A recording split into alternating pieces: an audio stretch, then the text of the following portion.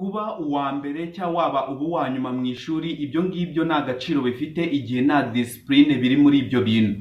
Abantu benshi bakunda kwibaza bakibeshya cyane ati ngo ngiwe ngo mbu wa mbere ndi umuhanga, bigatuma usuzugura abanyeshuri bagenzi bawe kuko hari ibintu byinshi ubarusha mu bumenyi bw'amasomo yo ku ishuri. Ariko ibyo ngibyo niba ubigenderaho uribeshya cyane, kuko muri video iraza kurangira umaze gusobanukirwa n'impamvu ndimo ndakubwira aya magambo dukurikirana no kwicano, hanyuma uraza gusobanukirwa n'impamvu ndetse mugire n'inama y'ikintu ushobora gukora niba uri umunyeshuri, niba ushaka gutsinda ukabona ndetse ukagera no ku ntego zawe wihaye mu gihe cy'imyaka wihaye. Hanyuma rero mpamvu ndi kukubwira kuba waba uwa mbere waba uwa nyuma mu ishuri, wikumva yuko hari ikintu urusha abandi cyangwa hari ikintu umuntu akurusha niba uba uwa nyuma, ahubwo icyo ngira ngo nkubwire muri video ni ugusobanukirwa n'impamvu habaho uwa mbere n'uwa nyuma, hanyuma nkubwire n'ikintu kibatandukanya abo bose. Umunyeshuri uwa nyuma ariko agira discipline mu ishuri, ibyo ngibyo nibyo by'ingenzi cyane. Hanyuma niba uri umunyeshuri wa mbere ariko ukaba nta discipline ufite, ibyo byose nta mumaro. Hanyuma rero impamvu ndimo ndabikubwira nuko mu gihe turimo turaprayinga kaminuza, abanyeshuri benshi tubana kurica no murabizi cyane, akenshi bakunda kudusaba ikintu cyitwa transcript. Ubwo ni bulletin zo mu mwaka wa 4 wa 5 no wa 6 igihe urimo uraprayinga kaminuza, ndetse bakagusaba na result slip yo mu wa 3. Hanyuma rero iyo result slip harimo conduite igihe iri hasi cyane, icyo gihe rwose ushaka ntabwo yakwirirwa waprayinga iyo kaminuza, kuko baba bashaka umunyeshuri ufite discipline, kabone ni waragize amanota 100%, ariko na discipline naki, icyo gihe byose bituma utakaza amahirwe yo kuba wajya muri kaminuza. Ikintu ngusaba rero niba uri umunyeshuri dukurikiye ukaba ushaka gusobanukirwa n'ibintu byinshi bigiye bitandukanye byatuma ugera ku ntego zawe, kanda subscribe hano ku Kizamini TV kugira ngo ujye usobanukirwa n'amakuru nk'aya ngaya tuba tubagezaho igihe isaha ku yindi, umunsi ku wundi. Hanyuma njye mujye kubona muri video ni Callixte Mutabazi, nijye mukweza kubana no kuri iyi channel. Ikindi kandi kubari abanyeshuri bambwiye ngo barashaka kuntu bakora content creation hano kuri YouTube, TikTok, ucreating ama website, ama application ndetse n'ibindi byose byatuma babasha kubona udufaranga nta gishoro bibasabye.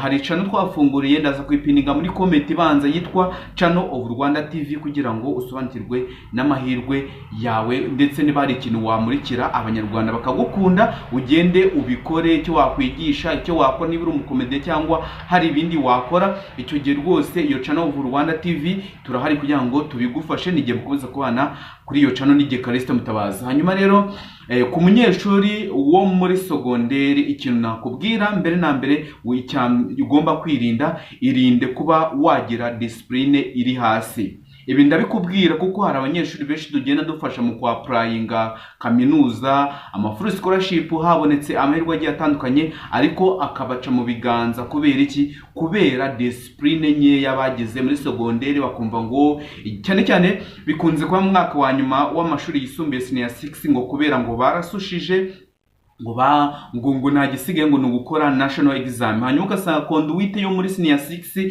iri hasi. Icyo ngicyo rero nicyo kigenda kigahita kibatura hasi cyane, bakabura diplome, diplome yego buyifite ariko Bruce nayubona. Kubera iki? Kubera discipline yawe ntabwo wayitayeho, ukumva yuko discipline nta hantu muzahura kugeza ku ndunduro y'ubuzima bwawe bwose. Niba uri umunyeshuri dukurikiye, niba uri umubyeyi, niba uri umurezi, aho uherereye hose muri iki gihugu cy'u Rwanda cyangwa mu mpande zigiye zitandukanye, menya yuko discipline ari izatuma umunyeshuri agera ku ntego ziwe ndetse no kusuccessinga ku nzozi yihaye. Hanyuma rero ikindi abanyeshuri bibeshya no kumva ngo umunyeshuri ngo ubu wanyuma ngo ngiye ngo ndamurenze ngo nta kintu yazambwira. Oya, kuko niyo wenda twakwirengagiza izo full scholarship tuba turwanirira umunsi ku munsi igihe wize, menya yuko no kuba uri umunyeshuri ukaba wenda wumva yuko ngo kuba ngo umwe abo wanyuma kumva ngo umurusha ibintu byinshi cyane. Oya, na hano bihure no guhirwa muri ubuzima bwo hanze. Ibigenda bikubwira kuko maze igihe hanze, maze igihe nigisha abanyeshuri bagiye batandukanye, kuko hari abanyeshuri pe babaga banyuma, ngira ngo nawe ingero urazizi waziduha muri comment.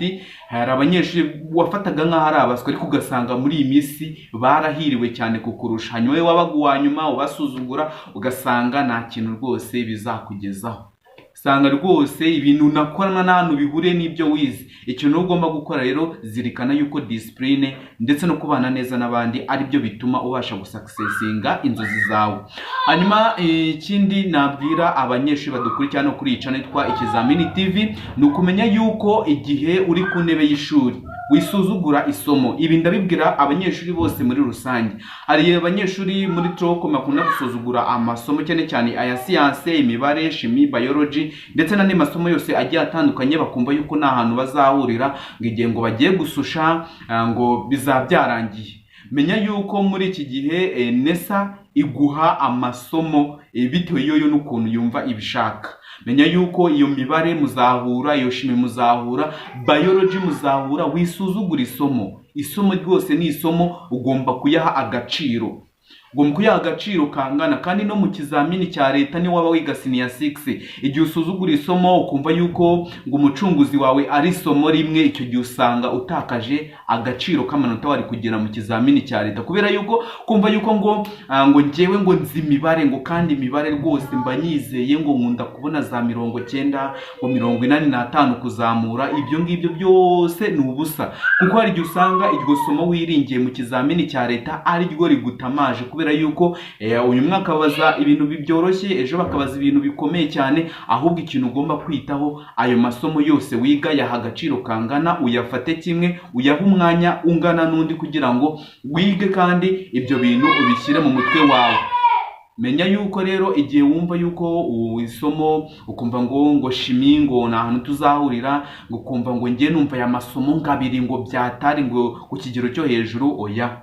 Amasomo yose arangana, ugomba kuyafata kimwe, kabone iyo yaba ari rya somo usuzugura cyangwa ari wa mwarimu usuzugura, kuko igihe usuzugura umwarimu n'ibyo akwigisha ntabwo ubasha kuba wabyumva, uba wumva ibyo vuga nyine ari uguti nyuma yahuye. Oya, ikintu ugomba kumenya, kunda isomo, ukunda umwarimu. Izo nizo nshingano zawe niba uri umunyeshuri udukurikira kuri iyi channel. Kubera iki rero ibi mbikubwira? Kuko mu gihe urimo urakora CV, urimo ukora motivation letter, ibyo byose biraza. Ndetse mu gihe na discipline wagaragaje ku ishuri, urimo ukora icyitwa motivation letter, hari icyitwa reference igihe urimo uruzuza CV.